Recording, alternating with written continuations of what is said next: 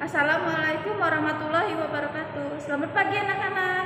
Bertemu lagi dengan Ibu ya. Hari ini kita belajar. Bagaimana kabar kalian hari ini? Semoga kalian sehat semua ya. Sebelum belajar ada baiknya kita berdoa terlebih dahulu ya dengan mengucapkan basmalah. Bismillahirrohmanirrohim.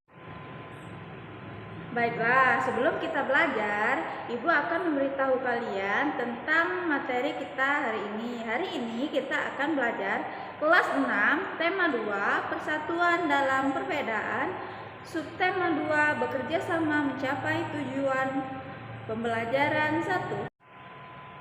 Di sini Ibu mempunyai sebuah video untuk materi kita hari ini. Saksikan video berikut. Setelah proklamasi kemerdekaan Indonesia 17 Agustus 1945, seharusnya bangsa Indonesia telah merdeka dan terbebas dari segala bentuk penindasan serta penjajahan. Namun, kenyataannya tidak demikian. Bangsa Indonesia masih perlu berjuang mempertahankan kemerdekaan Indonesia. Mengapa? Anak-anak, berikut ini perjuangan mempertahankan kemerdekaan Indonesia. Setelah proklamasi kemerdekaan Indonesia 17 Agustus 1945, bangsa Indonesia ternyata masih harus terus berjuang mempertahankan kemerdekaan Indonesia dari gangguan bangsa asing yang datang seperti dari pemerintahan Belanda. Pasukan Belanda dengan membonceng pasukan sekutu kembali datang ke tanah air. Kedatangan ini disambut dengan berbagai bentuk perlawanan oleh bangsa Indonesia. Sehingga sejak tahun 1945 sampai dengan 1950 telah terjadi berbagai macam pertempuran di berbagai daerah antara pihak Indonesia dengan pihak Belanda yang dibantu oleh pasukan Inggris. Nah, bagaimana perjuangan bangsa Indonesia dalam mempertahankan kemerdekaan Indonesia di berbagai daerah? Simak terus penjelasan Bu Guru ya. Pada tanggal 25 Oktober 1945, tentara sekutu yang dipimpin oleh Brigadir Jenderal Malabi mendaratkan pasukannya di Indonesia untuk melucuti tentara Jepang. Tindakan sekutu itu justru menimbulkan konflik dengan pihak Indonesia.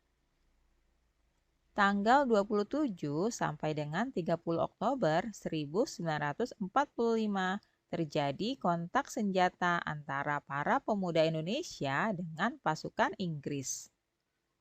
Dalam pertempuran ini, pasukan Inggris dapat dipukul mundur. Bahkan puncak dari pertempuran tersebut adalah terbunuhnya pemimpin pasukan Inggris, yaitu Brigadir Jenderal Malabi. Pada tanggal 9 November 1945, Inggris mengeluarkan ultimatum yang berisi semua pimpinan dan orang Indonesia yang bersenjata harus melapor dan meletakkan senjatanya di tempat yang ditentukan dan menyerahkan diri dengan mengangkat tangan. Namun, ultimatum tersebut ditolak oleh pihak Indonesia. Pada tanggal 10 November 1945 terjadi pertempuran yang sangat dahsyat. Pasukan Inggris menggempur Surabaya dari darat, laut, dan udara. Peristiwa 10 November ini diperingati sebagai Hari Pahlawan.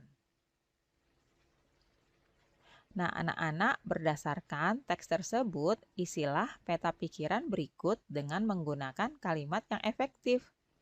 Kita buatkan peta pikirannya seperti ini ya. Kita tuliskan judulnya di sini, Pertempuran Surabaya. Selanjutnya, kita akan menjawab beberapa pertanyaan yang terdiri dari apa, mengapa, siapa, di mana, kapan, dan bagaimana. Yang pertama, apa? Apakah yang terjadi dalam pertempuran Surabaya ini? Yang terjadi dalam pertempuran Surabaya ini adalah pasukan Inggris dapat dipukul mundur. Pertanyaan kedua, mengapa? Mengapa tentara sekutu yang dipimpin oleh Brigadir Jenderal Malabi mendaratkan pasukannya di Indonesia? Karena untuk melucuti tentara Jepang. Pertanyaan ketiga, siapa? Siapakah yang terbunuh pada pertempuran tersebut? Pertempuran tersebut menyebabkan terbunuhnya pemimpin pasukan Inggris yaitu Brigadir Jenderal Malabi. Pertanyaan berikutnya, bagaimana? Bagaimana tanggal 10 November ini kemudian dikenang sebagai Hari Pahlawan? Hal ini dikarenakan banyaknya pejuang yang gugur dan rakyat sipil yang menjadi korban pada pertempuran tanggal 10 November. Sehingga tanggal tersebut kemudian dikenang sebagai Hari Pahlawan.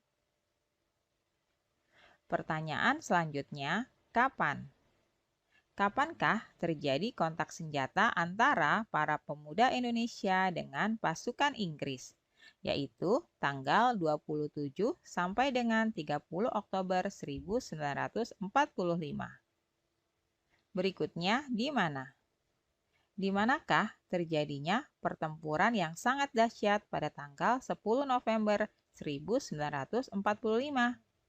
Pada tanggal 10 November 1945 terjadi pertempuran yang sangat dahsyat di Surabaya. Nah, anak-anak, demikian tadi peta pikiran dari bacaan yang berjudul Pertempuran Surabaya. Kamu dapat mengembangkan peta pikiran yang telah kamu buat menjadi sebuah tulisan baru dengan menggunakan kata-kata sendiri. Nah, sebelum menulis, perhatikan ciri-ciri kalimat efektif berikut ini ya. Kalimat efektif adalah kalimat yang mengandung gagasan pembicara atau penulis yang terdiri atas kata-kata yang mempunyai unsur S, P, O, K atau subjek, predikat, objek, dan keterangan. Ciri-ciri kalimat efektif antara lain, yang pertama, memiliki unsur penting atau pokok, minimal unsur subjek dan predikat. Ciri kedua, menggunakan struktur bahasa yang tepat. Yang ketiga, memenuhi kaidah ejaan yang berlaku. Ciri keempat, menggunakan pilihan kata atau diksi yang tepat dan sesuai kebutuhan. Setelah belajar tentang sejarah perjuangan mempertahankan kemerdekaan, sekarang kamu akan mempelajari tentang cara hewan menyesuaikan diri dengan lingkungan tempat tinggalnya.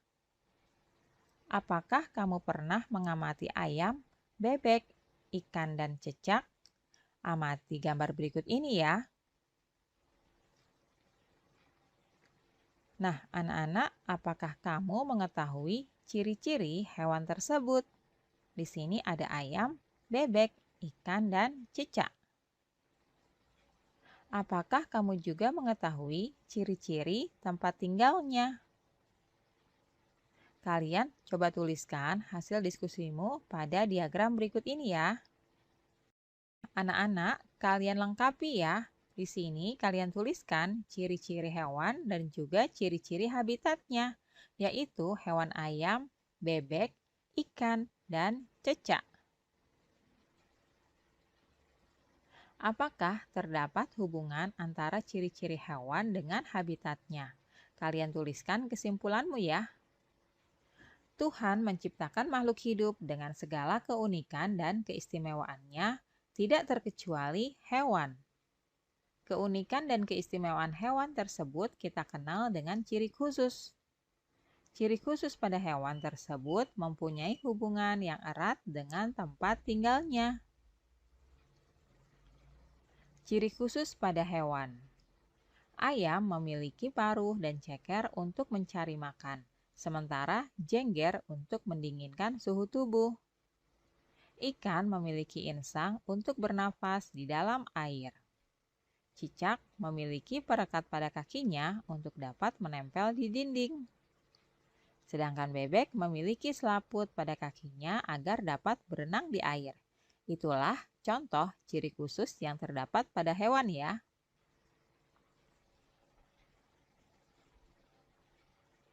Anak-anak, pernahkah kamu mengamati bebek berenang di kolam? Mengapa bebek dapat berenang dengan baik? Bebek memiliki ciri khusus yang disesuaikan dengan tempat tinggalnya. Bebek hidup di darat, namun untuk mencari makan, bebek biasanya berada di air. Ciri khusus yang dimiliki bebek untuk mencari makan berupa paruh yang agak panjang dan lebar pada bagian ujungnya. Bulu bebek dilapisi oleh minyak sehingga tidak basah jika terkena air. Ketika bebek keluar dari air, bebek biasanya mengibas-ngibaskan bulunya sehingga air yang menempel di tubuhnya keluar. Nah, apa yang akan terjadi jika bulu bebek tidak dilapisi minyak dan air menyerap ke tubuhnya?